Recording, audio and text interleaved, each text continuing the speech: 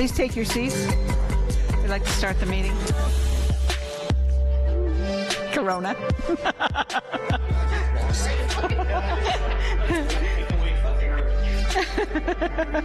These chairs are nicer than those. Oh, yeah? All those years I sat there. You're uptown now. Thank you. Good afternoon. I'd like to call to order the meeting of the Western Riverside Council of Governments Executive Committee. At this time, please check that you're in. And if you'll stand, I'll have Brian Tisdale lead us in the pledge. Please join me as we honor our nation's flag. Ready? Begin.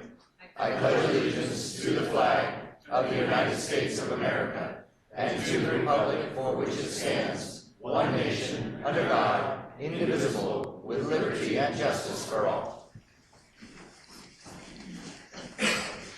Thank you. Going on to item 3, public comments. Janice, do we have any requests to speak? I have no requests. Thank you. Moving on to item number 4, the minutes from the November 4th meeting. Does anybody have any comments on the minutes? Hearing none. Janice, please put the screen up for vote.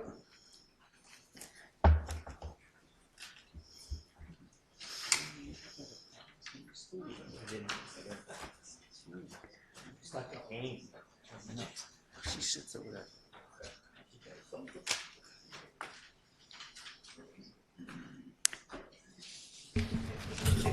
Eastern Municipal Water District and Morongo Band of Indians is not present, Madam Chair. Okay, with that said, we have approval of 17 yes and 1 abstention. Going on to item 5, consent calendar. Items listed on the consent calendar are considered to be routine, enacted in one motion. Does anybody wish to pull an item from the consent calendar for discussion? Hearing none. Please vote on approval of the consent calendar.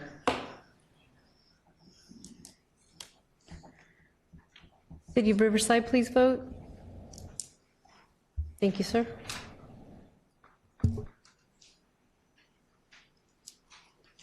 And that is approved 18-0. Next is reports. Item 6A, report by Aaron Sassy with the League of California Cities.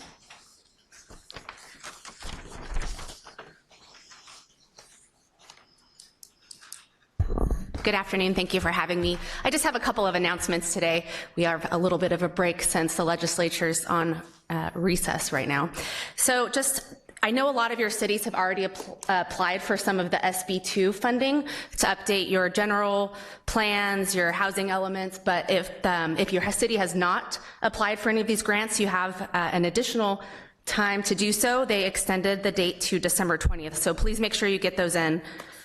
Also, our legislative report is now available on our website. I know a lot of your cities participated in our webinar last week. This is that big book that we used to pass out, but it's now available online, and it just talks about all of the league's existing policy and some of the bills that were important throughout the last year.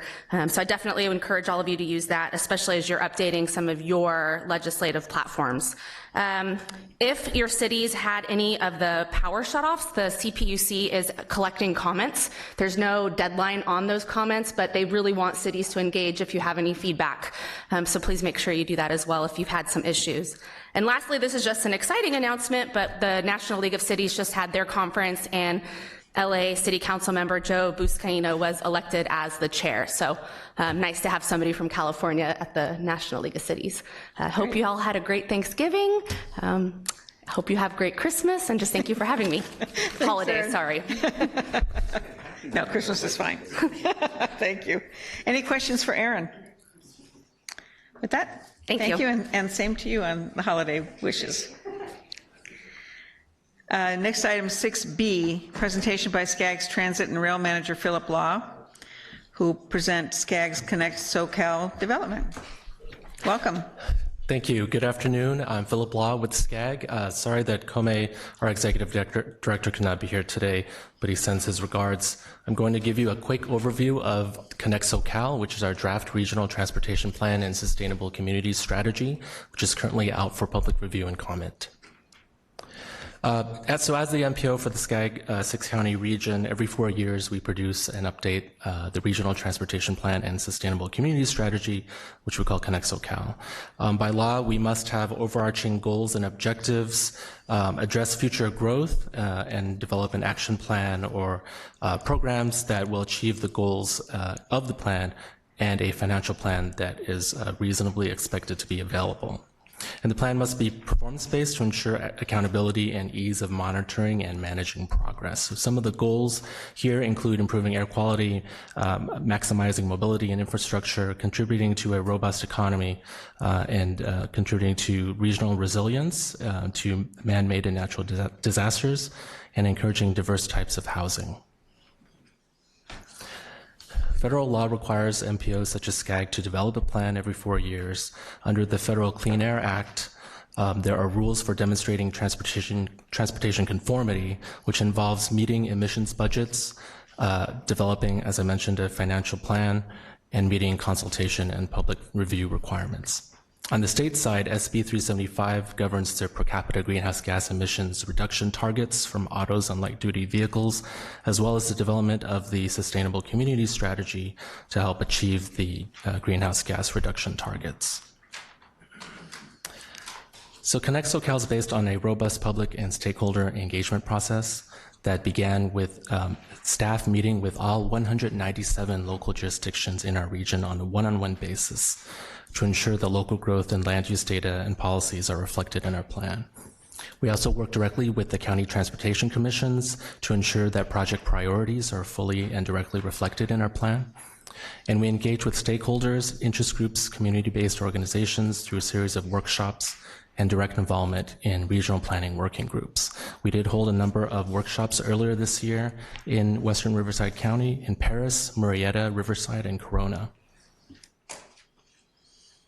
This is just a quick overview of the planning process that began with the local input data collection process that I mentioned in spring of 2017, which was followed by a technical analysis of growth, transportation, finance, air quality, and environmental impacts. I mentioned the draft plan is out for public review right now, which kicks off the formal outreach and comment period, and to be followed by the approval of the draft plan in April of next year. So when we develop the plan, we start with looking at where we are today. We held a number of workshops with our policy committees looking at where we live, where we've grown, and how we travel.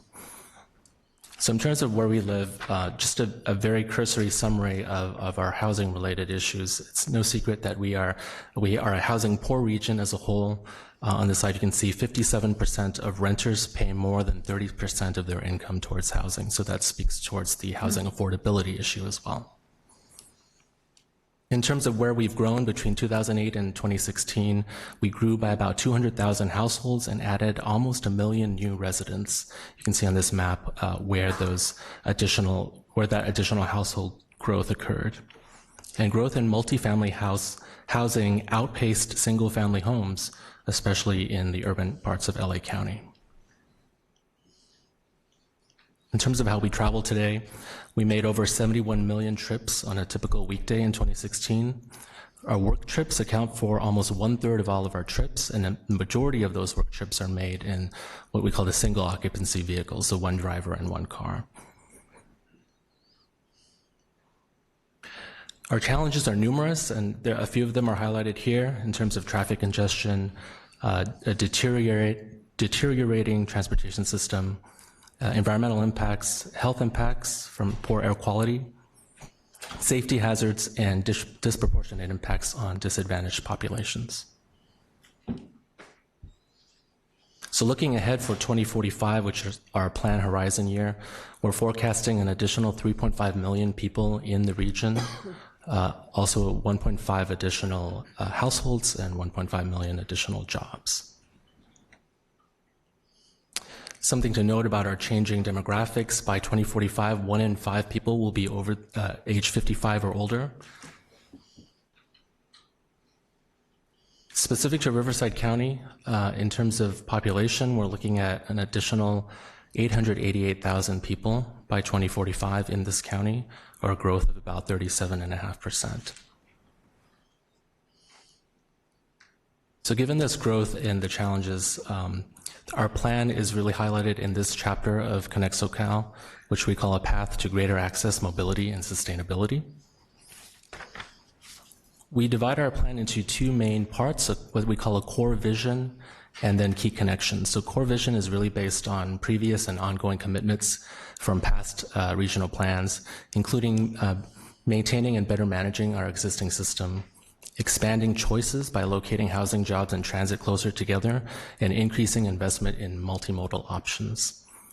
Key connections augment the core vision to leverage a new technology and innovation to help meet our regional goals and help close the gap to hit our higher greenhouse gas reduction target from ARB, which is 19% below 2005 emissions by 2035.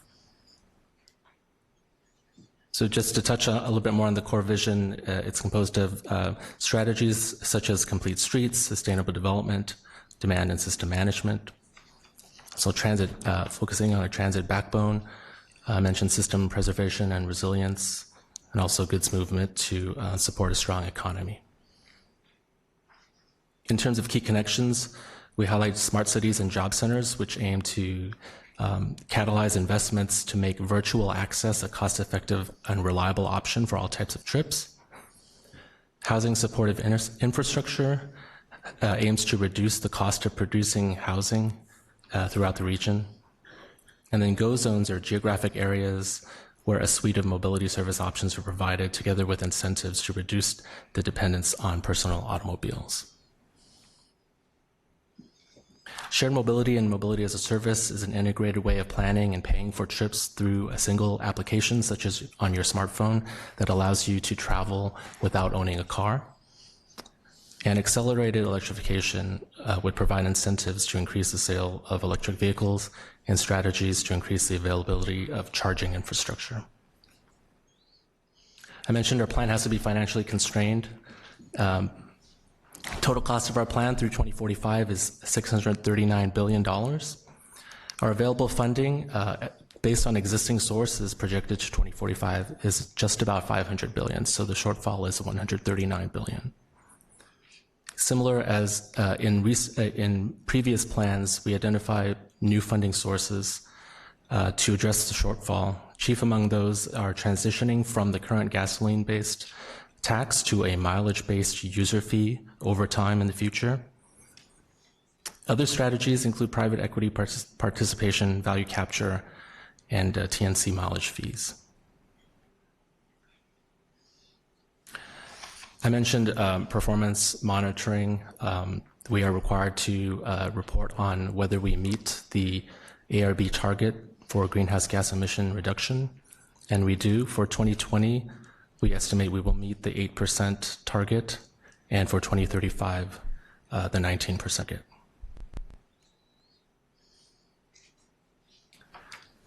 Some additional performance metrics we used in terms of daily per capita vehicle miles traveled. Our plan will decrease VMT by 4% compared to the baseline, which is the future 2045 without the plan investments. In terms of daily minutes of delay per capita, our plan will decrease delay by 22.4% compared to the baseline.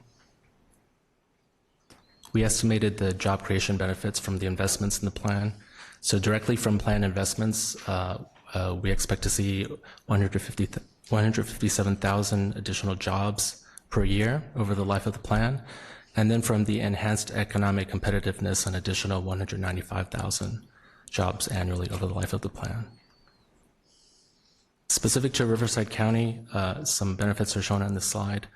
In terms of VMT, it's a similar improvement as compared to the region in terms of approximately 4% reduction in 2045 plan versus baseline, but a significantly greater improvement in terms of delay, decreased by over 30% compared to 2045 baseline. So looking ahead, in summary, the Connect SoCal is an investment strategy looking towards a long-term future, locating housing, jobs, and transit closer together in priority growth areas while preserving natural lands and open spaces, linking the built environment and transportation system with policies, projects, and programs that strengthen and enhance each other beyond what each would accomplish in isolation. Will deliver significant benefits to the region, and as I mentioned, generate approximately 357,700 jobs annually in total. So Connect SoCal is a compass, not a roadmap. It's a vision, not a guarantee, and a platform for regional collaboration and partnerships. We're a planning agency. We don't build projects or implement, so we rely on partners to help bring this vision to reality. I mentioned the draft plan is out for public review right now. The program EIR will soon be released as well. Public comments are due January 24th, 2020. Right now we are holding elected official briefings, including this one. And then in December, we will have a series of public hearings. Actually, the first one is tomorrow on December 3rd. We'll have additional public hearings on the December 10th and the 14th. And then the final adoption in April of 2020. You can view the plan here and submit your comments as well and get further information on the public hearings and additional meetings. Thank you. Thank you, Mr. Law. Are there any committee members that have any comments or questions with regards to the presentation? See.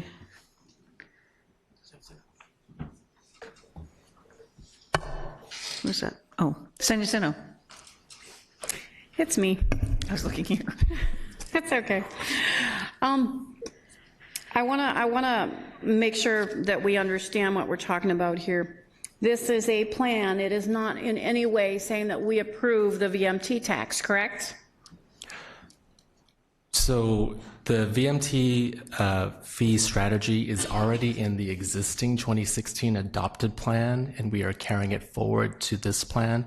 And in approving it, it will guide the planning and implementation activities of the region in guiding us towards eventual implementation of such a fee. Right, but it's not saying that us elected officials are in confirmation that we should be pushing a VMT tax, correct? I don't think you're required to go out and advocate for one if you approve. I don't think anybody on this dais is going to go out and advocate for one. You guys know I'm on the transportation committee with SCAG, and I told them like it was. Ask Arnold. I was there. They cheered for me, yeah, because I told them the truth. Our region and San Bernardino region are going to be hit hardest by the vehicles mile traveled tax. Our people, I drive 68 miles one way to work. I take 3 hours in the morning, 3 to 5 hours getting home every single day. We barely put food on the table, gas in the car, and now you're going to tax me. Now, how many in here believe that the government gives you a tax and takes one away? Have you ever seen it? Because I haven't. They don't do that. They say they're going to do that. They don't talk the talk and they don't walk the walk. So the reality is we can say that, yeah, it's a great idea. They're going to replace it with a VMT tax. Chances are that that's highly unlikely, especially since we've seen how things have gone with other money that we've been told is going to go somewhere and it goes somewhere else. The fact is it would be cheaper for us to go on welfare than to drive to work. So either we have to get jobs in our local areas where we can commute via the computer, or we have to provide centers where they can work in a building locally, because otherwise people who are driving as far as we are, as far as some of you guys are from farther out, some of you from your districts, you know, they drive way in, so we're going to have to provide either another place for them to work or something, or it's going to be cheaper for them to go on welfare. So we need to be very careful.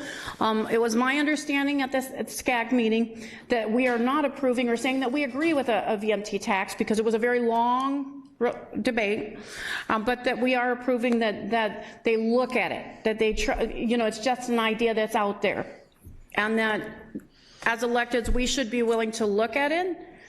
But I'm not committing anything to a VMT tax for my citizens. I will never approve that, only because I know too much too hard where they're going. So I thank you for answering that question again for me.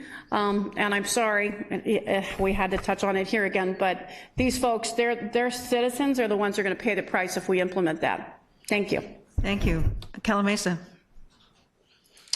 Thank you, Madam Chair. I see Crystal's still not sleeping well with the proposed VMT, so I was in that same meeting and she expressed her concerns. I obviously have concerns. We're not going to discuss that now. I'm just curious, as public information, while we're out for public hearing, comes back to us at SCAG, are we going to get that on a regular basis so we can report back to our local bodies, or is it going to be compiled at the end? Just wondering how that's going to be managed going forward. I'm not sure about interim reporting, but we are required to respond to all the comments that are received, and that will be brought forward to the regional council, documenting the comments and the written responses. But I can get back to you regarding interim reports. Thank you. District 2. In response to the VMT, I was part of the 2016 plan. And we had the same discussion back in 2016, right, Mr. Law? Yes. And at that time it was discussed, and we're even seeing more of an approach from the federal government of the likelihood that a VMT. That's not coming necessarily from us. We were addressing it at that time because it was coming down from other agencies, state and federal.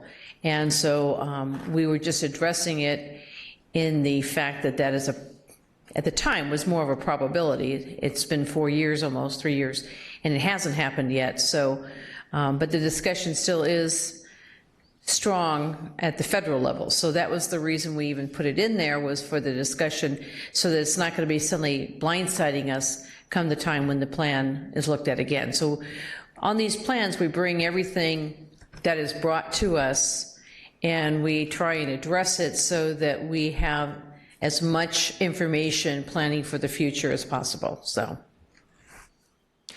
yeah, if I can add, so there is movement at the state and federal level on the VMT fee, and the reason is the Highway Trust Fund is insolvent. Basically, we are transferring general fund monies into the Highway Trust Fund to keep it able to fund projects. So there is a need, and I think it's recognized there is a need for a different way of collecting money to pay for transportation.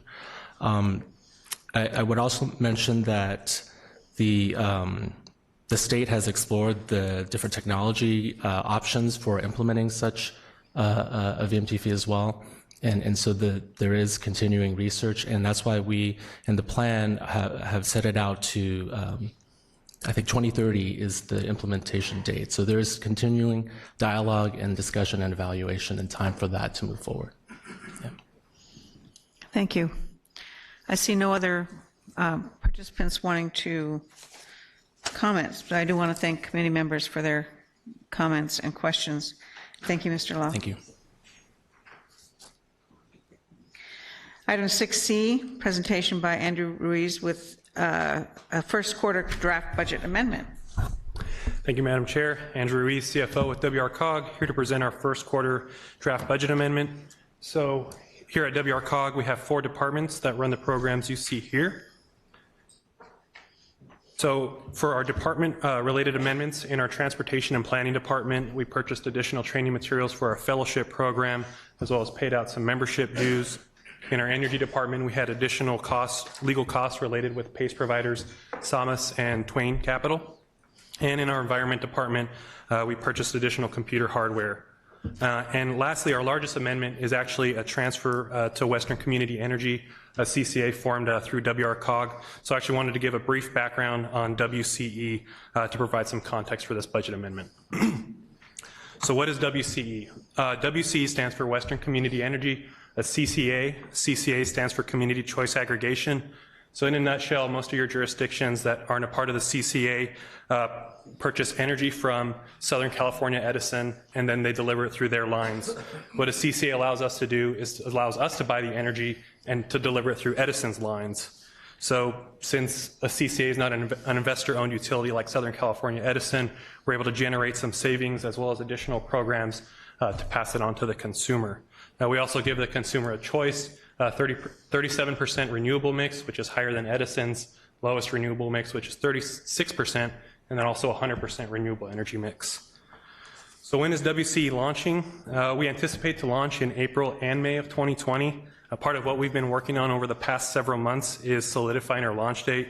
So we originally had a launch date of April 2020, but Edison had informed us of a billing system upgrade.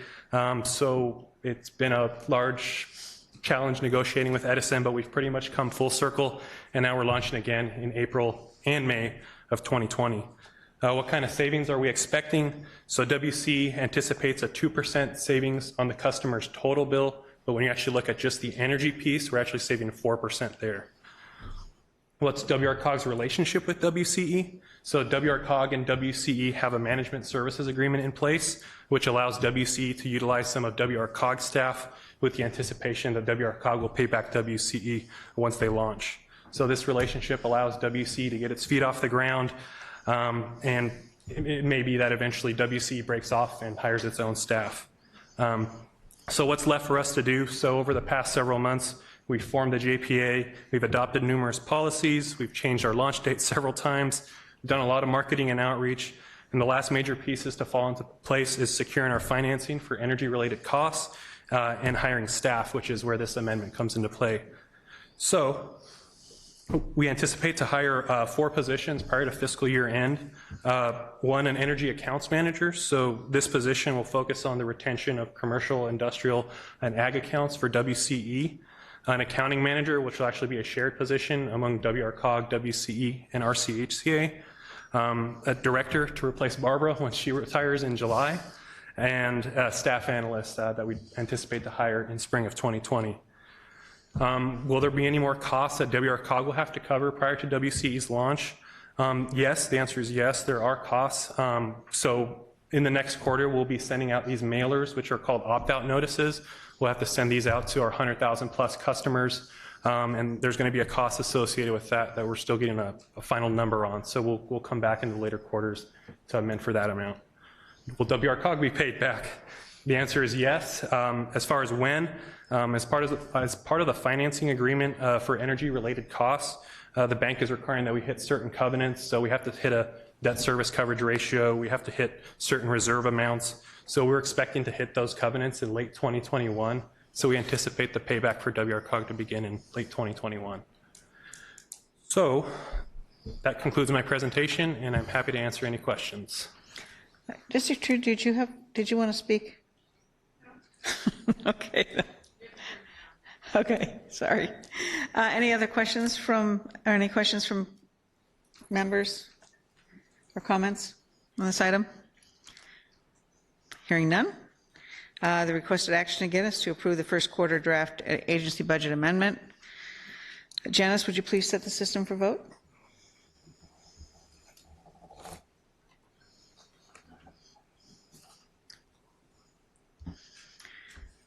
Mover was City of Wildemar. I didn't catch the second one in the second vote, but it's approved yes by 19 votes to 0. Thank you. Thank you. That we move on to item 6D, presentation by Daniel Soltero with an update on the regional streetlight program. Good afternoon, Madam Chair and members of the Executive Committee. My name is Daniel Soltero, and I'm here to give a presentation on the Regional Streetlight Program.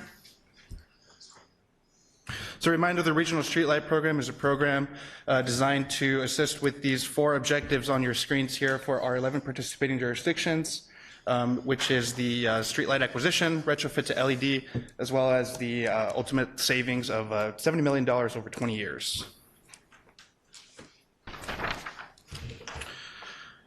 As a quick reminder, here is our retrofit progress across the region. Most of our cities are reaching the end of their retrofits, as well as the few anticipated cities for retrofit in the next quarter. Here is a dashboard of what most cities have. All of the staff from each of your jurisdictions in the program have access to a dashboard. This is what it looks like once the retrofit is complete, whereas all the dots were once yellow, they are now on this dark gray black pattern. So you can find that they have been retrofit. The ongoing operations and maintenance of our streetlights. This is a service that is provided to all of the participating jurisdictions that are utilizing Siemens. There are 3 aspects for operations and maintenance. First one is the customer service. Of course, we have to have customer service portals to be able to report them, whether that be 24/7 online reporting or through the telephone, typical. Routine operations and maintenance are your standard maintenance calls for streetlights. This involves responding to streetlight outages, replacing any kind of equipment on the streetlights, as well as LED warranty processing. Extraordinary operations and maintenance are your one-off case-by-case basis for streetlight service calls. These are mostly pole knockdowns. That includes 24/7 emergency response for public safety, overhead wiring replacement, and so forth. Here's a regional snapshot of our operations and maintenance across the region. 93% of the work orders for the region have been routine O&M, and of those, it's been about a 4.99 workday response time. 7% of those work orders were extraordinary O&M, so mostly the pole knockdowns. As we can see here, 15 pole knockdowns occurred across the region, and I'm happy to report that we had a 2.5-hour response time to those. That includes responding to the pole knockdown as well as restoring public safety to the scene of the pole knockdown. Some of the estimated savings for the retrofit, as you can see here for Murrieta, it's about 73% decrease in their utility costs as well as their kWh energy consumption. So this is something that we're anticipating for a lot of our jurisdictions that are going through this retrofit. The results, apart from the savings, is the visual aspect. So here you can see a Murrieta neighborhood before and after picture. Here's another scenario in the city of Murrieta. You can see here a lot of the shadows or a lot of the dark areas in between these streetlights are now illuminated with the LED. Here's an aerial snapshot. From here you can see that the LEDs are lighting up the streets as they should. One thing you will notice is on the top right of this picture is a unretrofit commercial area, we believe, and just on visual perspective, from the old lights to the new lights, the old lights will show a distinct point, and the new lights don't really show that distinct point. So this shows that we are meeting our goals by reducing light pollution into the sky. It's going to be improving our night sky. And if I go back here a few pictures, we're also increasing the light on the street. That concludes my presentation. This is a receive and file item, although I am happy to answer any questions. Thank you, Daniel. San Jacinto. OMG. That's what I have to say. You've driven our streets. Oh my gosh, the difference that these lights make in our community, absolutely phenomenal. Not only are they noticed by me, but they're noticed by the citizens. It was funny because you all know my son's here doing his schooling here, and he's one of the first ones who goes, "Mom, look at the lights here. It looks so much different. We can see." I went, "Isn't that amazing? We're on the road and you're supposed to be able to see." So I am so grateful you brought this program to us. I'm so grateful we had the opportunity to get in, and thank you, thank you, thank you from the bottom of my heart. Murrieta. I had a question on reporting. I guess I gotta turn that on. I have a question on reporting. I noticed on each of the polls, there's a couple of numbers. On ours, it has Murrieta, and then it has the number, and then it has a number to call. So when somebody finds a street light that's out, would they report that number to the number that's there for our city? It's coming into our whoever's taking care of this, and then they report to Siemens, and they come out and take care of it. Is that how that process goes? That is correct. So the number, I believe that number is specific to the city of Murrieta. And so the city, I believe, has a routing structure where all of those calls are routed to our Siemens call center. And then from there, it's addressed. Okay, great, thanks. Good question. I see none. No other questions or comments. I want to thank you, Daniel, for that presentation. Thank you. Thank you for the comments as well. Item 6E, presentation by Casey Daly with an update on PACE programs. Good afternoon, Madam Chair, members of the committee. Casey Daly, Director of Energy and Environmental Programs here at WRCOG. Today we have one item on our agenda for PACE, but just very briefly by background, PACE is a financing tool that's used to finance energy efficient, renewable energy, water conservation, and seismic improvements to your home or business. And that financing is then repaid on your property tax bill. Today's discussion area is authorizing a HERO commercial PACE program. So since 2017, WRCOG has added 3 new commercial PACE providers. We have at least 1 or 2 additional ones pending. And out of some of those providers, due to pre-existing contractual relationships with other bond issuers in California, some of these providers do not have full access to our entire statewide footprint. So in an effort to allow for access, greater access to our statewide footprint, we're bringing forward Resolution 32-19. So what this would do, it would allow for both Renovate America to operate a commercial program within the California HERO program footprint. Through that, they could originate commercial PACE projects on their own.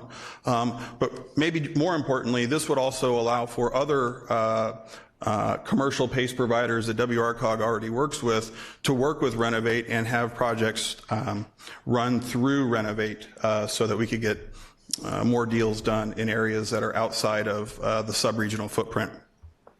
This action would not have any negative impact on our other commercial PACE providers who already have access to our statewide footprint.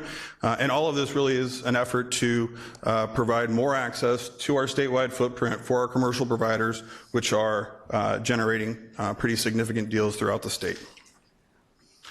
So these are our requested actions. This concludes my presentation, and I'm happy to answer any questions. Any questions from or comments from members of the committee? Seeing none, Janice, would you please set the system for vote?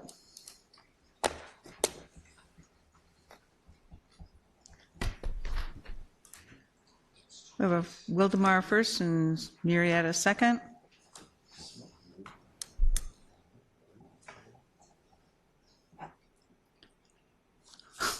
I did press that button. And that's approved 19-0. Thank you very much. Thank you for not calling me out.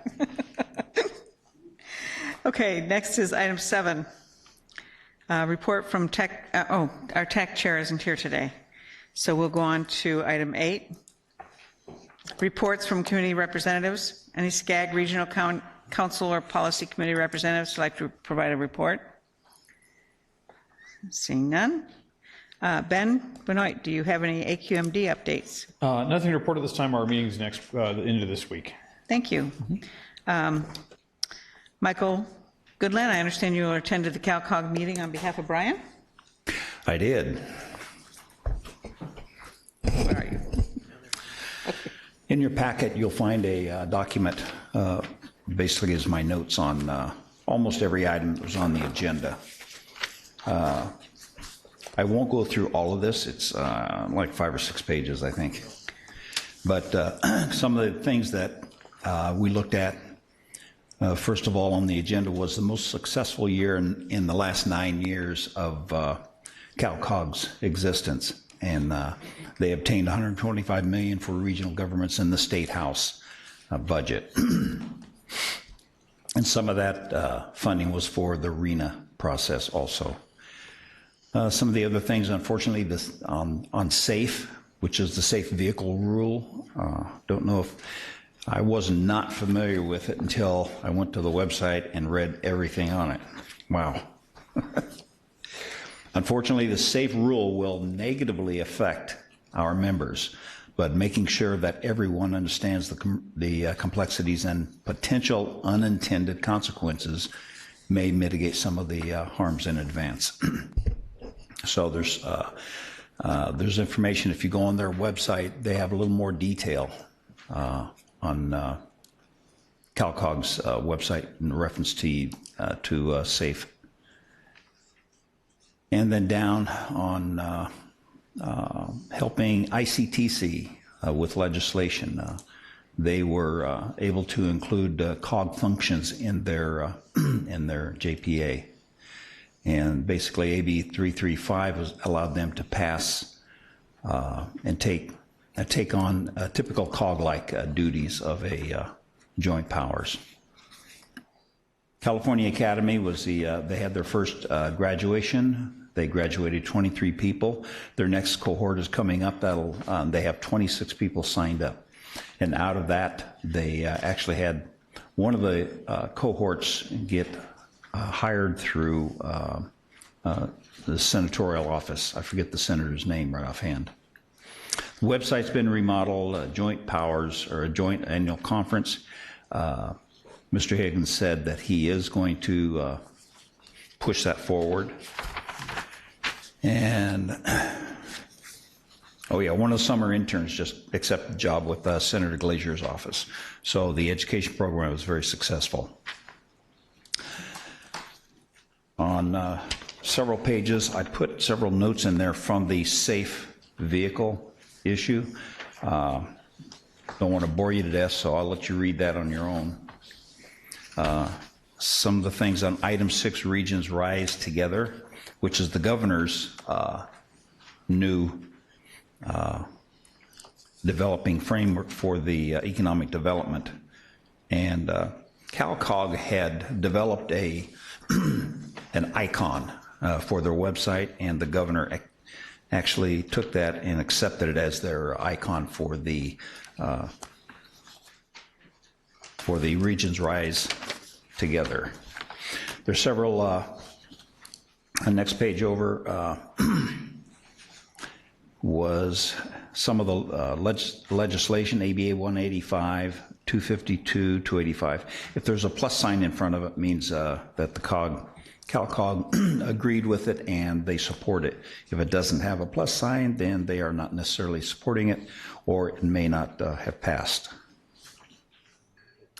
On the transportation issues, on the road user charge, this kind of affects some of the vehicle miles traveled issue at hand. And the state still has an official road charge committee that is studying the issue, but you're right that we have not heard much from the committee in the last year. Part of that has to do with a new administration. Part is that many of the same people that were thinking hard about the road user charge are now thinking about how to implement SB1 programs.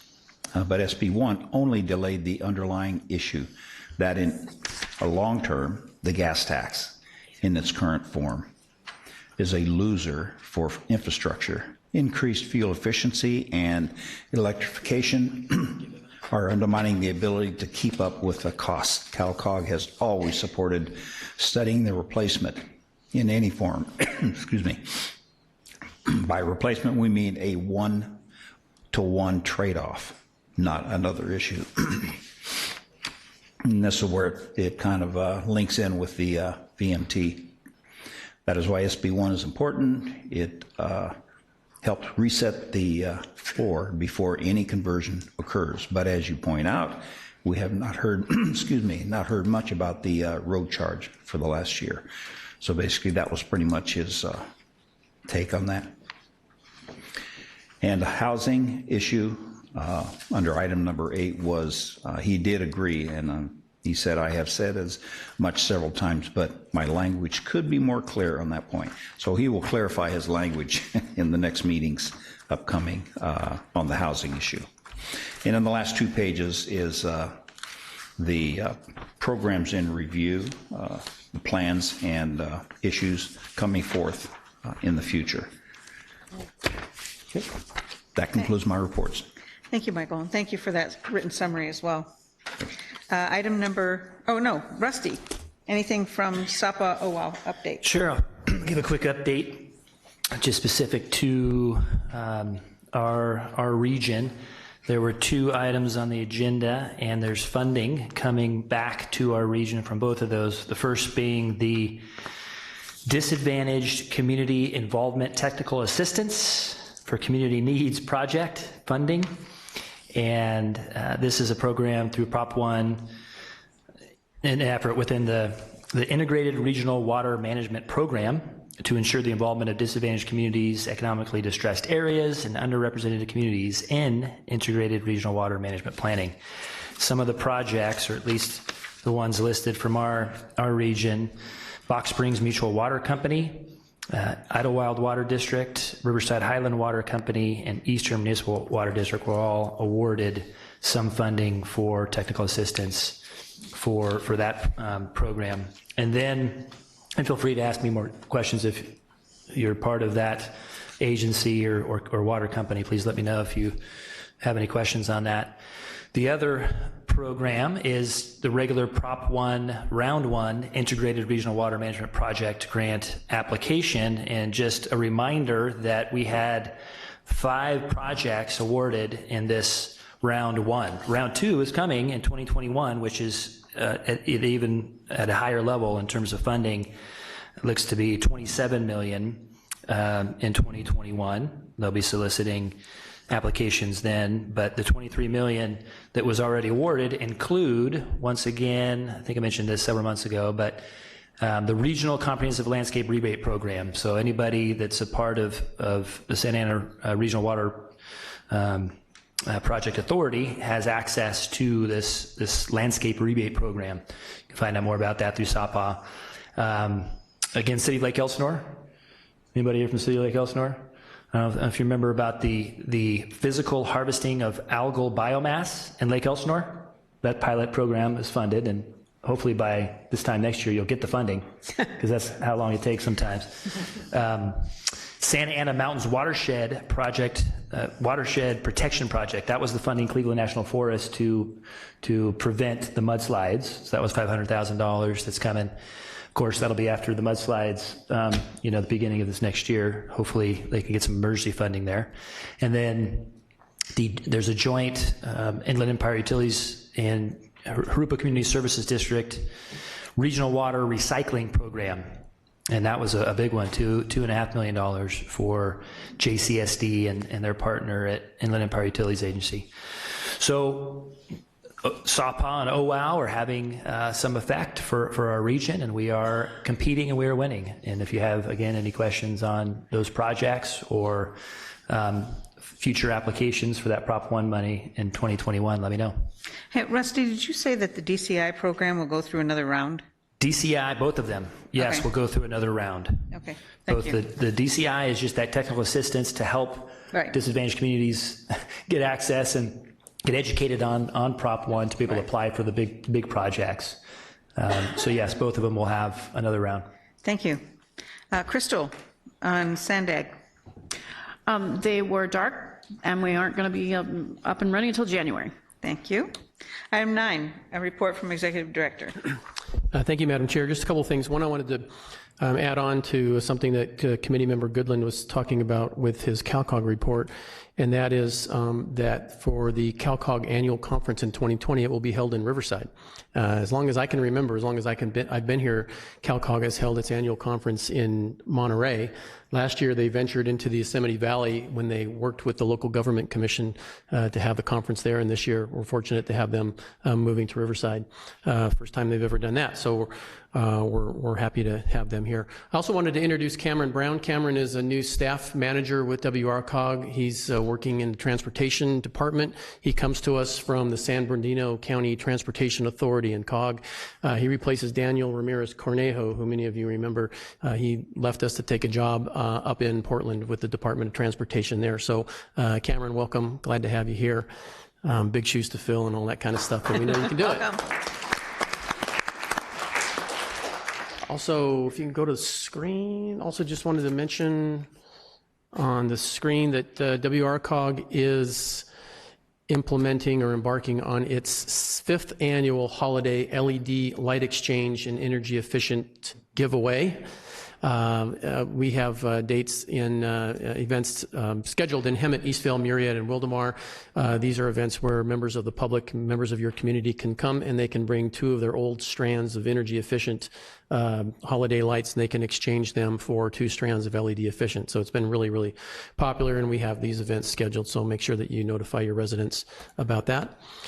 Next, also we wanted to show a brief video from an event that was held in Riverside last month. So yes, it is a beautiful Let's watch it. blue sky day here in downtown Riverside. Couldn't be more proud to welcome the Air Resources Board team to Riverside. Take some time to visit the SoCal Alt Car Expo, where you're going to learn more about the future of transportation. In fact, you can take a free test drive of what could and should be your next vehicle. Riverside County and the Inland Empire area is the next frontier, really, for electrification, for clean vehicles. When the organizer was looking at opportunities to take the event to a new area that maybe hasn't had as much exposure to alternative fuel vehicles, Riverside was at the top of that list. It's a beautiful, wonderful community that also is touched by innovation. It has a wonderful university, it has great colleges, and it's one of the areas in the United States that's still rapidly growing. And isn't it great to be able to have an event here where there's a lot of people who maybe haven't had a chance to drive some of these cars with this kind of local opportunity to do just that. Today what we're here is representing is Try to Share, which is a hydrogen car sharing service that allows us to rent hydrogen vehicles by the hour or day through a smartphone app. So a lot of people that come here are environmentally conscious. They like that they could be able to get in a vehicle to allow them to transport, either as last mile or taken in place of a ride-hailing service. And they like to be able to have a zero-emission alternative to a gasoline-powered rental car. My favorite part was actually listening to the session speakers this morning and listening to Mary Nichols this morning, our keynote speaker that we had brought in. She is my hero. She really is an amazing person. I was listening to NPR, and a car manufacturer was on there being interviewed, and he's like, the only reason I have electric cars in my selling today is because I am afraid of Mary Nichols. She has people in large industries fearing her, to get electrification on the road, and if that's what it takes, that's what we need to have. Well, we take another sizable step forward today in signing a memoranda of understanding between the Air Resources Board and 3 of our local educational institutions. When we talk about air quality, when we talk about global warming, we need an educated citizenry. We need everybody to be literate, at least in the facts about what's going on out there in the world.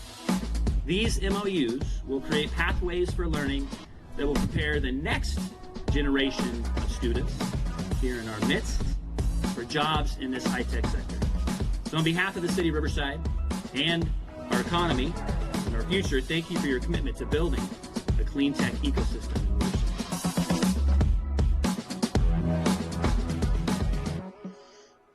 I just wanted to mention also as a first, you recall that this was the first time that this particular conference was held in any place other than Santa Monica. I think for the prior 11 years it was held in Santa Monica, so we were also really fortunate to have this event in Riverside. So I want to thank the mayor and the city of Riverside for hosting, and I think it was a real successful event to emphasize the need for the implementation of additional alternative vehicle fueling infrastructure and vehicles in the subregion. And then finally, I just wanted to mention that right after this meeting, we have a PACE ad hoc committee meeting. Those of you on the ad hoc committee, we had originally scheduled that meeting to be held across the street over at WRCOG's offices, but we thought it'd be easier on all of us if we just held it here. So after we get done with today's meeting, we'll reconvene for the PACE ad hoc committee on the 5th floor. Is that okay for those of you that are on the ad hoc committee? We'll make sure we talk to each of you to make sure. 5th floor, conference room C, I believe, is where we'll be meeting after today's executive committee meeting. Thank you, Rick. Thank you. Item 10, future agenda items. Anyone have anything to offer up for the next coming year? Well, think about it over the holiday. Okay, general announcements. Well, Hemet's having their Christmas parade on Saturday. I'll add that. Anybody else? Okay. We have closed session. And we have Mr. DeBon, our announcement on closed session. Yes, we have 2 closed session items that are listed under item 12 on the agenda. We're going to ask the executive committee members to come down to the audience, and we'll be presenting from there. Anybody who is Okay, and not... with that, I want to wish everybody happy holidays and certainly safe travels, and looking forward to the new year. Thank you.